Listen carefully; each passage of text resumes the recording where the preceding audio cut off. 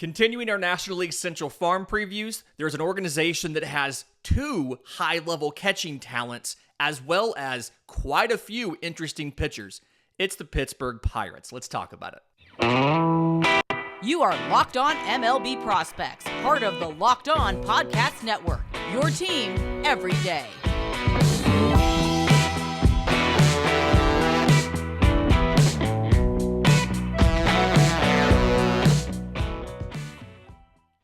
Yes, welcome on in to Locked On MLB Prospects, your home for all things minor league baseball. I'm your host, Roansy Crosby, baseball writer and podcaster. Thank you for making this your first listen every single day. Today's episode is brought to you by FanDuel Sportsbook, the official sportsbook of Locked On. Make every moment more. Visit FanDuel.com/LockedOn today to get started.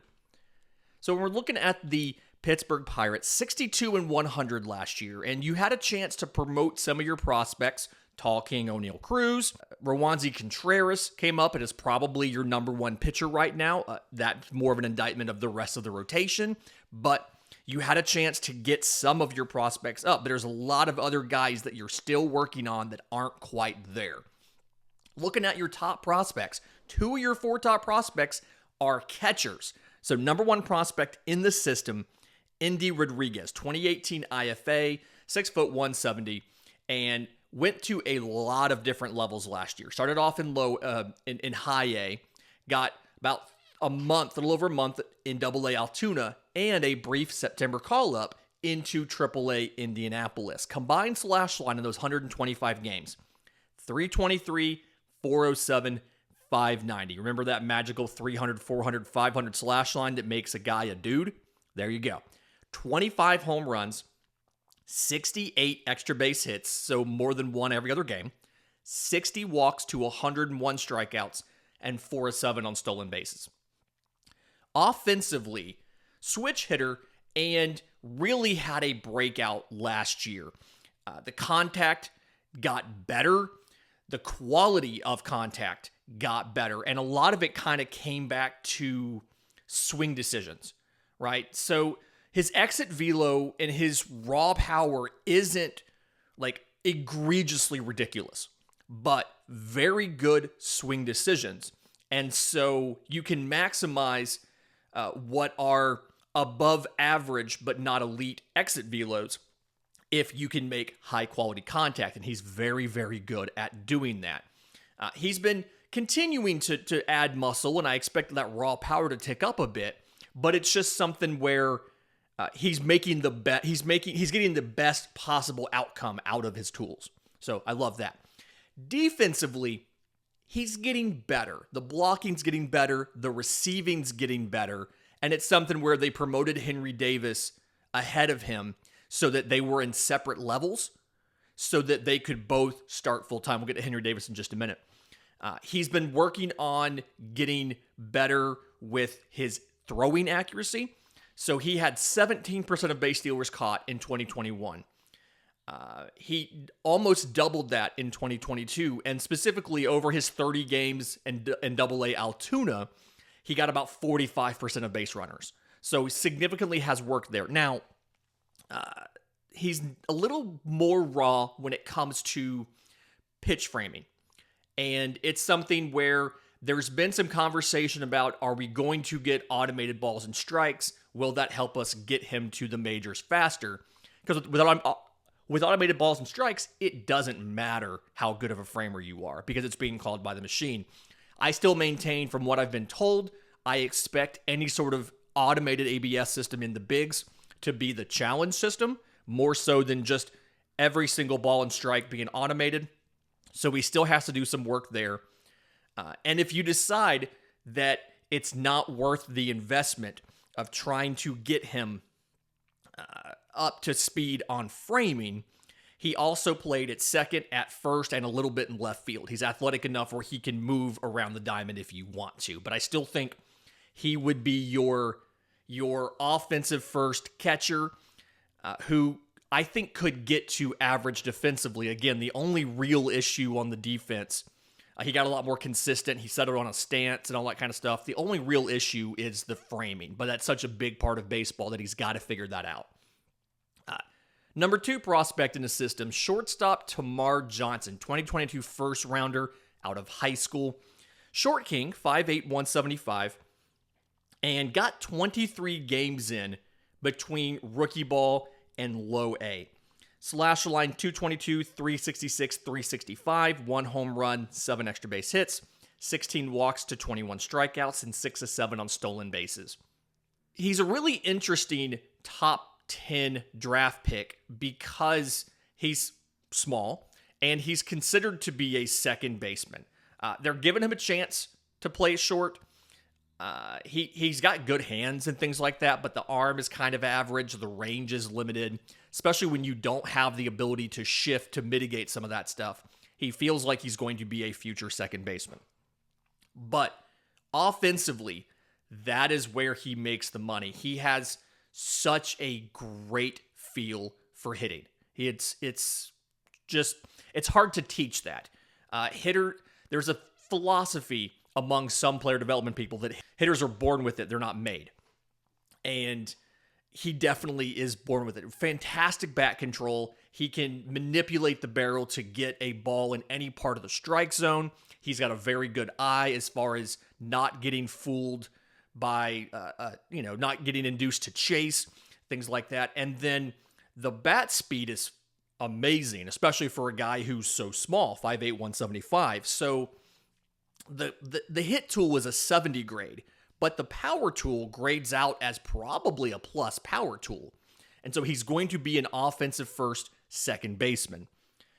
He's only going to be 18 years old on opening day. He's still a little bit young, but once he gets used to seeing some of the professional velocity, the professional spin, it's going to be really interesting to see how quickly he moves through the system.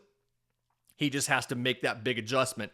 I expect him, looking at what he did in low A last year, it was a small sample size, but 275, 396, 450. He may skip low A next year and go to high A. I doubt that. He probably opens in low A, spends a little bit of time in Bradenton before he jumps to high A. But either way, Termarr Johnson looks to be fantastic. Time for the other catcher in the system, Henry Davis. He was the number 1 overall pick in 2021. 6'2", 210. He is a big boy. Came from University of Louisville, kind of that same trend of catchers that they have. And similar issues defensively to Endy Rodriguez.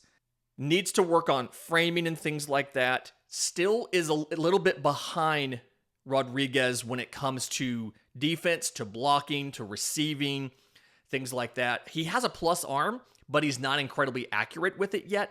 So very much a work in progress defensively. There's been some conversation internally about should the Pirates move him to a corner outfield or something like that, despite his speed only being fringe to average.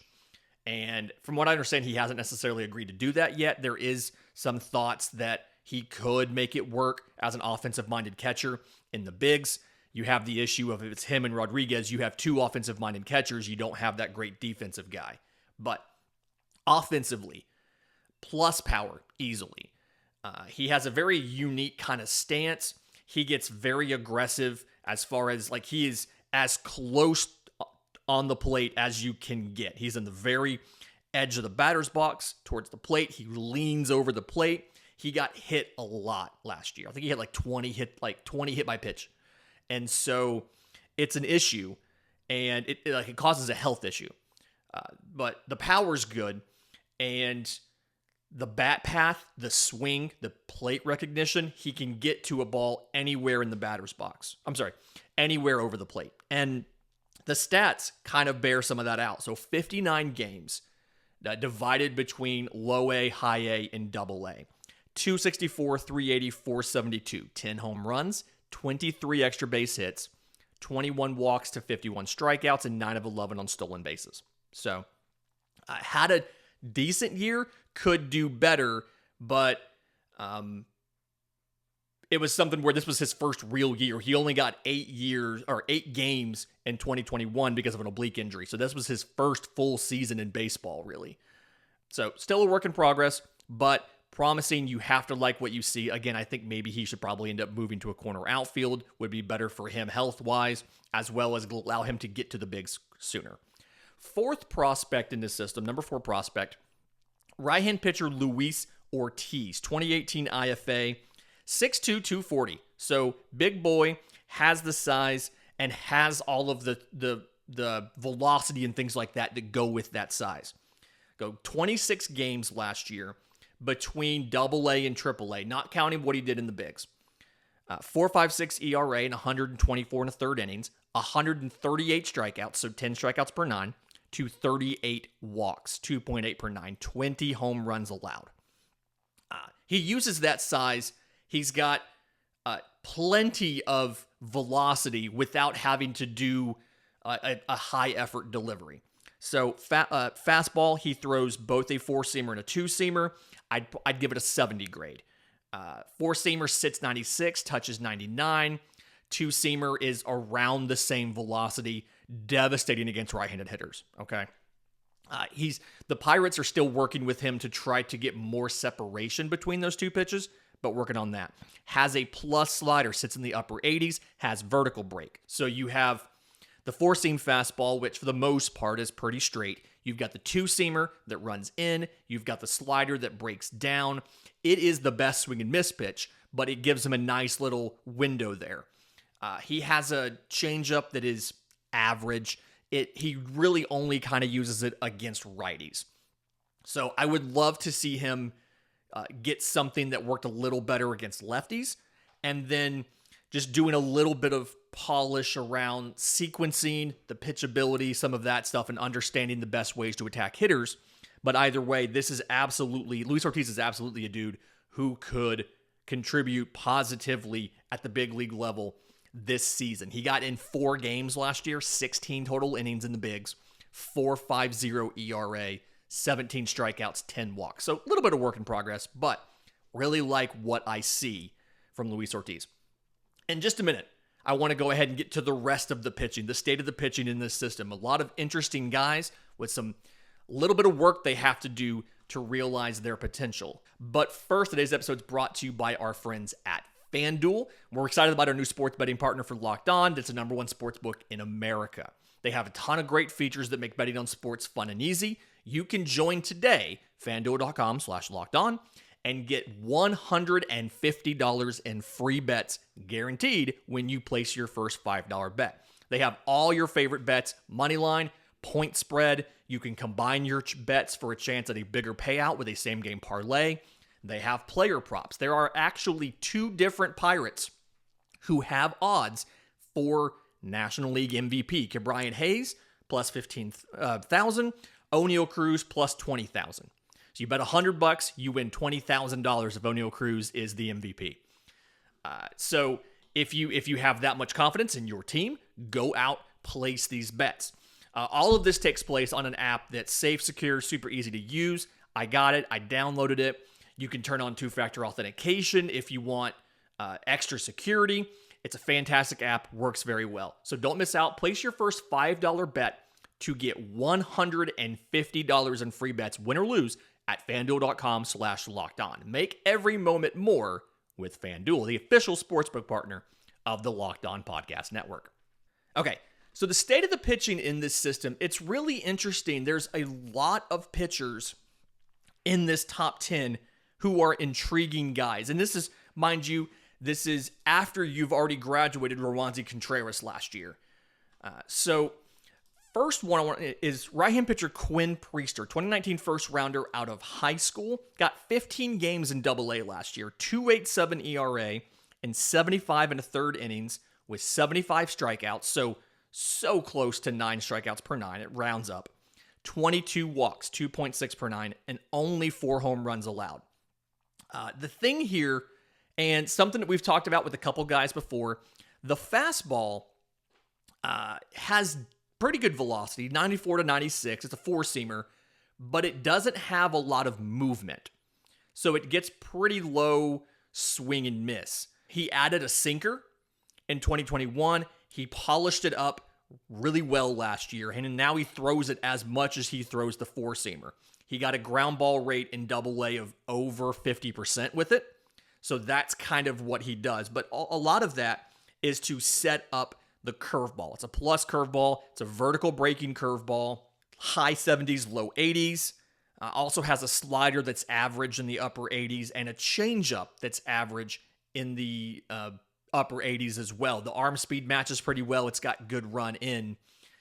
The slider is a little more inconsistent, but quite a few pitches there. Has the frame to be an everyday starter and to go deeper into games.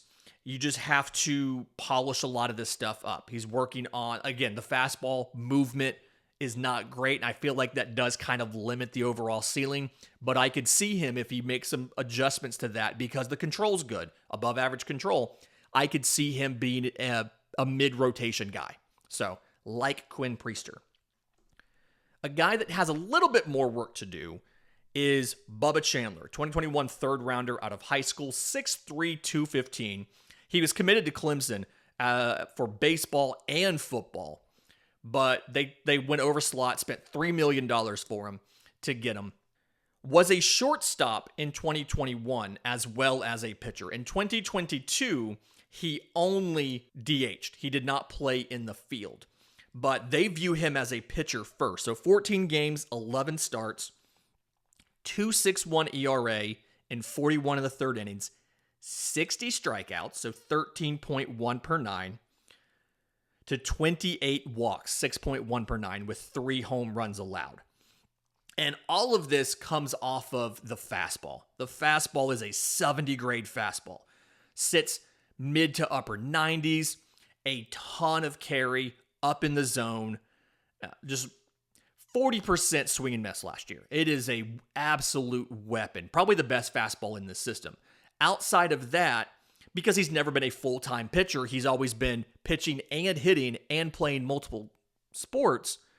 He's still a little bit raw on a lot of the other stuff. He has a changeup. It could be plus. It's probably above average right now, sits in the high 80s. He's got a slider, sits in the mid 80s, above average. It gets better the more he throws it. He just hasn't thrown it a ton. And the big thing here is he's never really been a full-time pitcher. He's been a baseball player. He hit, he throws, but he has to work on the mindset of, I am a pitcher. I can't just throw and rely on my stuff.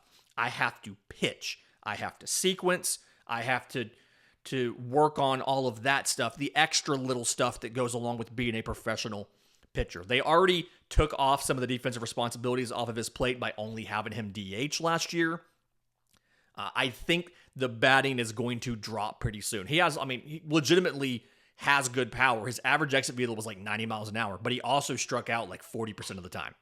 So, 32 games, 35 strikeouts in low A last year, batting average of 184. So, it's a scenario where I expect sooner rather than later he switches over to just pitching. And when that happens, I think he could take off with the right mindset.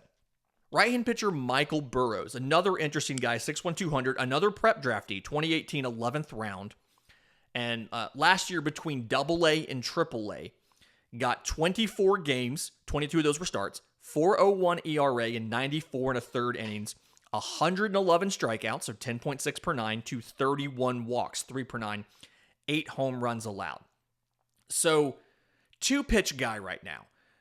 Fastball plus pitch, low to mid 90s, really good carry up in the zone, plays really well high.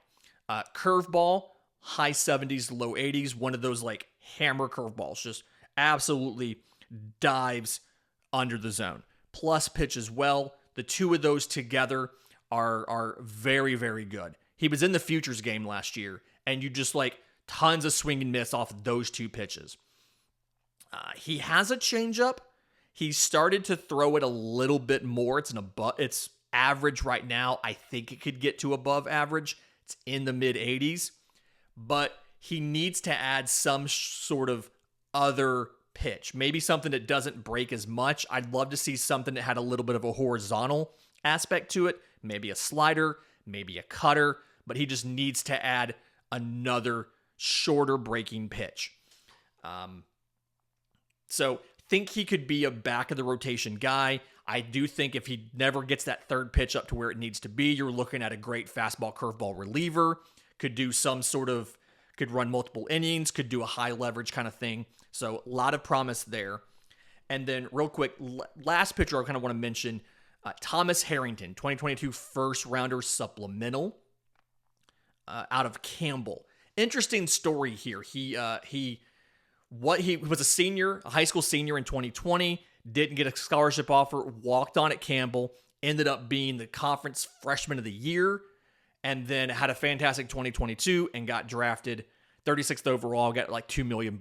Great story. But the stuff that he has a lot of above average stuff. Nothing is elite, right? So he started off with a 2-seamer, sat in the low 90s. He's added a 4-seamer, sits in the low to mid 90s, can touch 96 or so. Would be nice to get a little bit more development out of that. He's only 6'2", 185, one of those rare college pitchers you could project a little bit more physical development for. Has a slider, it's above average. It's one of those horizontal sweepy sliders, sits in the low 80s. He has a changeup that's above average, sits in the mid 80s, and a curveball that is, it's like a get me over, steal a strike early in the thing. Sits in the upper 70s, probably below average right now. But I think there's potential, and he could really jump because he's good at throwing strikes. He could just hammer strikes. He's going to be a fast mover. The question's going to be if he can add some more strength and velocity, how high could his ceiling be? So I expect him, again, to move fast through the system. It's just a question of where is the ceiling. In just a minute, I want to get to the superlatives. Always the best part of every system right here on Locked on MLB Prospects. And we are back. Let's talk about some of the superlatives for this Pirate system. Your power tool's only as good as your hit tool. You hear this from us all the time. Outfielder Matt Gorski is the person in this organization that this applies to. 6'4", 198, is an outfielder from University of Indiana, 2019 second rounder.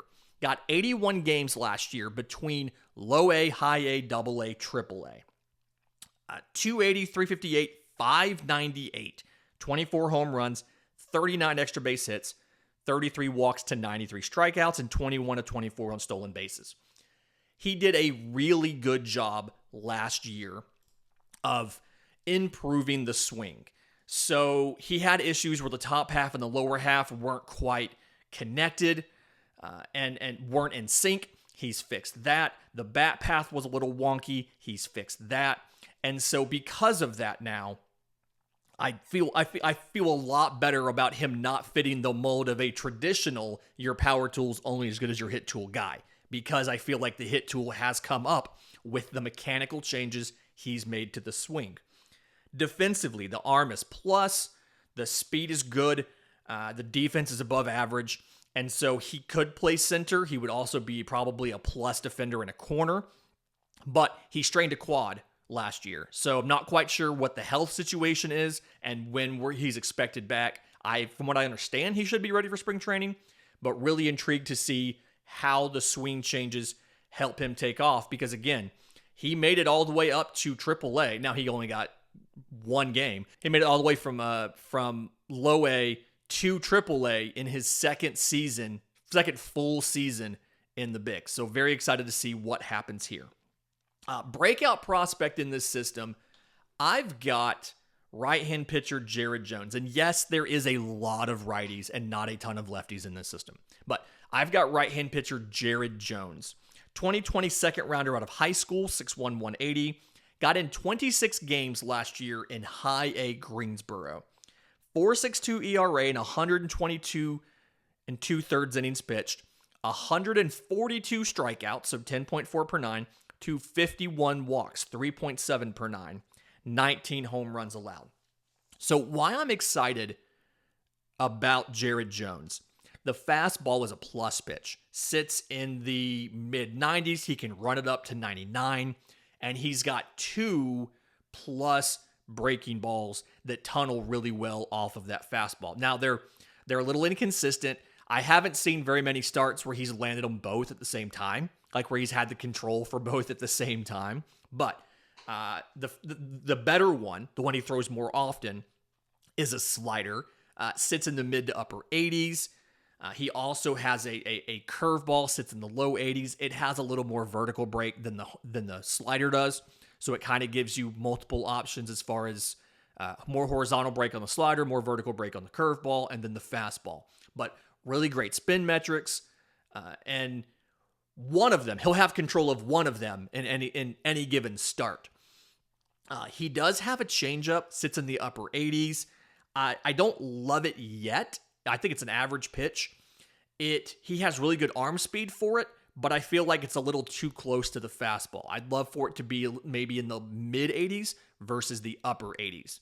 So just kind of be safe. So a lot of great tools there, right? The issues and some of the things that have been holding him back are there's a lot of delivery, or a lot of effort in the delivery. And so that's something where that probably impacts the control that you have on those breaking pitches, as well as gives you a little bit of reliever risk, but he's very athletic. And I think if he can add a little bit of healthy weight, 6'1", 180, maybe to 6'1", 200, you can not have to put so much effort into the delivery to still get the same velocity, and it should help the control. So I feel like when everything clicks, he's a number 3, maybe a number 2. It's just a matter of getting everything to work at the same time, and I think some of that's going to be the physical development, getting back to that. Guy in the system who needs to stay healthy, it's Henry Davis. He played 8 games in 2021 before an oblique injury ended the season. This is the catcher. 53 games in 2022. He had 2 different left wrist injuries. If I remember right, I think one of them was from a bad swing, and one of them was from getting hit by a pitch, which he got hit like 20 times because he crowds the plate. So just needs to stay healthy so that he can hit some of these developmental milestones and get better like they're trying to help him do. Best outfield defender, Travis Swaggerty, 2018 first rounder out of University of South Alabama, and was taken at top 10 guy. Hasn't been as consistent in the pros as he was in college. He was seen as pretty safe as a college draftee. Had a lot of experience at South Alabama. I think he was a 4-year starter. Obviously, lefty, walked more than he struck out, had almost 30 home runs his final year. But he's had a little bit of injuries. 2020, obviously, missed it. He was at the alternate site. Only got 12 games in 21 because he dislocated his non-throwing shoulder. I think he was like diving back to first base or second base or something, and the season ended. So got a full season in last year and made it all the way up to the bigs. But in AAA, 107 games in AAA, 254, 348, 399, 9 home runs, 32 extra base hits, including 8 triples, 57 walks to 117 strikeouts, and 20 of 25 on stolen bases. What I liked from him last year, he got better at not selling out for power, and he made better swing decisions. It's something where, he's always had really good strike zone recognition, but he would sell out trying to get this ball and generate the power. And in AAA in 2021, in a small sample size, he hit 3 home runs in 12 games, slugging of over 400, but he, again, small sample size, it just he didn't look comfortable, and I don't feel like he hit his potential. Last year, didn't do as much selling out, brought the batting average up to 250, brought the on-base up to 350, but the slugging ticked down to just under 400. And given the profile, one of the better defenders in the upper minors, not 80 grade or anything, but one of the better defenders with above average arm, giving you plus defense. I feel like you can live with not great power production from Travis Swaggerty. He can be your bottom of the order, another table setting type of guy, bat 250 in the bigs, walk half the time that he strikes out, and be a threat to steal bases. Like I said, he was 20 of 25. So it feels to me like a a 20 steals, 10 home runs, or maybe even 15 home runs over a full season is a realistic expectation for Travis Swaggerty, as well as giving you plus defense in center field. Fantastic week this week. We've got one more system coming. The Cincinnati Reds, who have 1 million middle infielders, are lacking a little bit on outfielders and have to figure out what to do with Elly De La Cruz, who strikes out a ton but also hits 300. It's really unique. But in the meantime, if you have questions for the show, I'm on Twitter at Crosby Baseball. Show's on Twitter at Locked On Farm. You can email us, lockedonmlbprospects@gmail.com, or drop your questions in the new Locked On MLB Prospects Discord. Link is in the episode description. Link is in the show notes. Until tomorrow's show, this has been Locked On MLB Prospects.